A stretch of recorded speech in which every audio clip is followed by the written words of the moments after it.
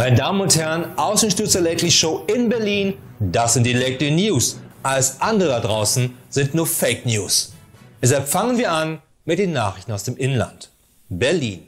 Raser sind in Berlin eines der größten Probleme. Denn scheinbar haben viele das Gefühl, bei der Berufswahl einst falsch beraten worden zu sein. Und hoffen nun auf den zweiten oder dritten Bildungsgegenspurweg auf den Straßen Berlins zum Formel-1-Star zu werden. Um diese Freizeitvettels nun mit saftigen Blitzerrechnungen zu malträtieren, hat die Berliner Polizei 2 hochmoderne Blitzer gekauft.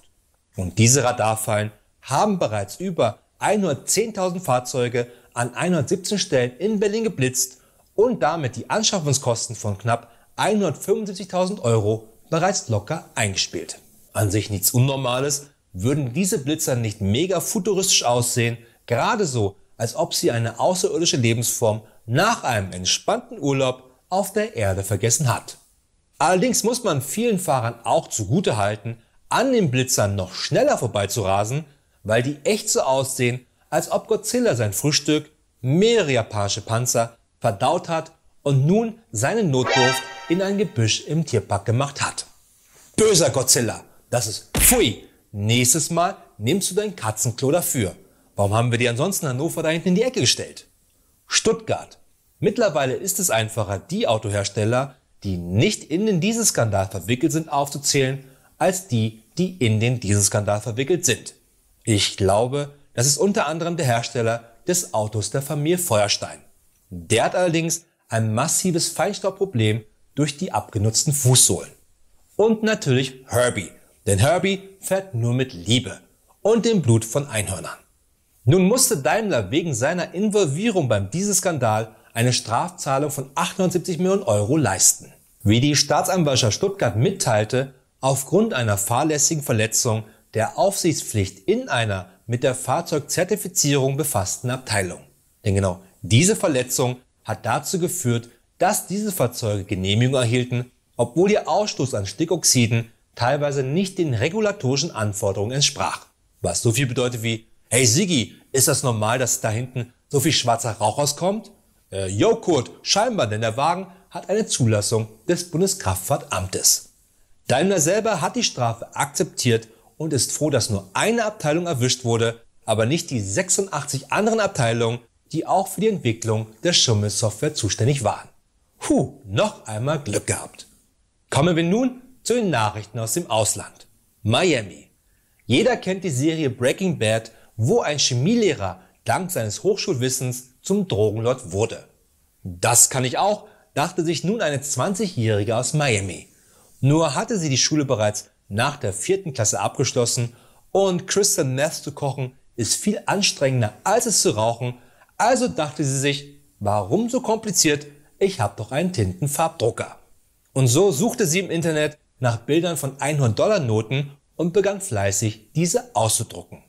Weil die aber immer mehr wurden und der Weg zur nächsten Bank so weit, versuchte sie mit 15.000 $ einfach beim nächsten Autohändler ein Auto zu kaufen. Und wenig überraschend flog die 20-Jährige damit natürlich auf.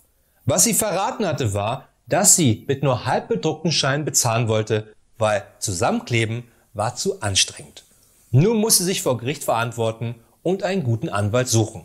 Das kann ich doch auch, dachte sie sich, als sie in der U-Haft Zugriff auf den Farbdrucker der Polizei hatte und im Fernsehen Ally McBeal lief. Bombay.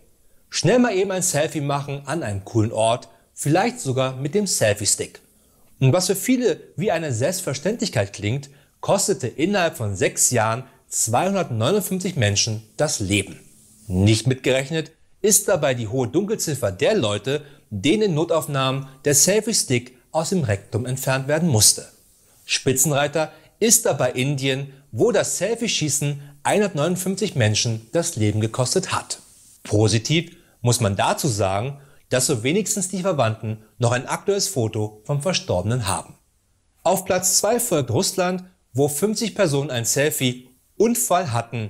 Diese sind dabei von Hochhäusern gestürzt, an geheimen Giften gestorben, von Snipern erledigt worden auf 800 Meter, Respekt, 12-mal die gleiche Treppe runtergefallen, immer wieder, haben sich selber tranchiert und dann in Säcken in der Stadt verteilt, von Haien mit Lasergeschützen auf dem Kopf getötet worden, von Lasern auf einem Tisch zerschnitten worden, mit Gold übergossen worden oder einfach nur unglücklich gestolpert sind, nachdem sie an einer Demokratie-Demo teilgenommen haben.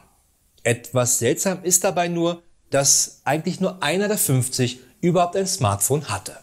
Und noch zum Abschluss, das Fake News Medium der Woche ist dieses Mal eindeutig das Konkret-Magazin. Denn es hat sich gezeigt, dass das Failing Konkret-Magazin nur vollgestopft ist mit Fake News. Ich bin jemand, der auf deutlich formulierte, dabei sachlich oder bestimmte, vielleicht auch genaue Tatbestände steht. Aber ich mag keine vagen Aussagen oder zu abstrakte Sachverhalte, also all das, was in der Suppe zwischen Donald Trumps Ohren passiert. Denn ich mag es präzise wie ein Fall von Legolas oder fassbar wie die Oberweite von Wonder Woman. Gar wirklich wie die Tatsache, dass Wonder Woman darauf sogar bei mir steht. Anschaulich warum. Sachlich wie DCs Anwälte darauf reagierten. Gegenständlich wie mein Anwalt, der sein Büro in einem Hinterzimmer eines Nagelstudios hat. Dicht wie meine Haare oder fest wie mein Hintern. Und so erhoffte ich mir so viel vom Konkret-Magazin, dass ich mir von meinem Anwalt ausgeliehen hatte. Und er es mir trotzdem auf die Rechnung setzte. Voll unkonkret, Bro. Aber hatte ich mir konkret zu viel vom Konkret-Magazin versprochen? Denn bis auf ein paar Bilder von heißen Wirtschaftszahlen war da nichts Konkretes drin.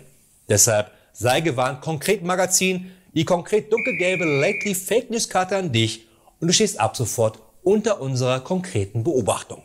Das waren die Lately News. Wir sehen uns wieder am Montag. Und nicht vergessen, alles andere da draußen sind nur Fake News.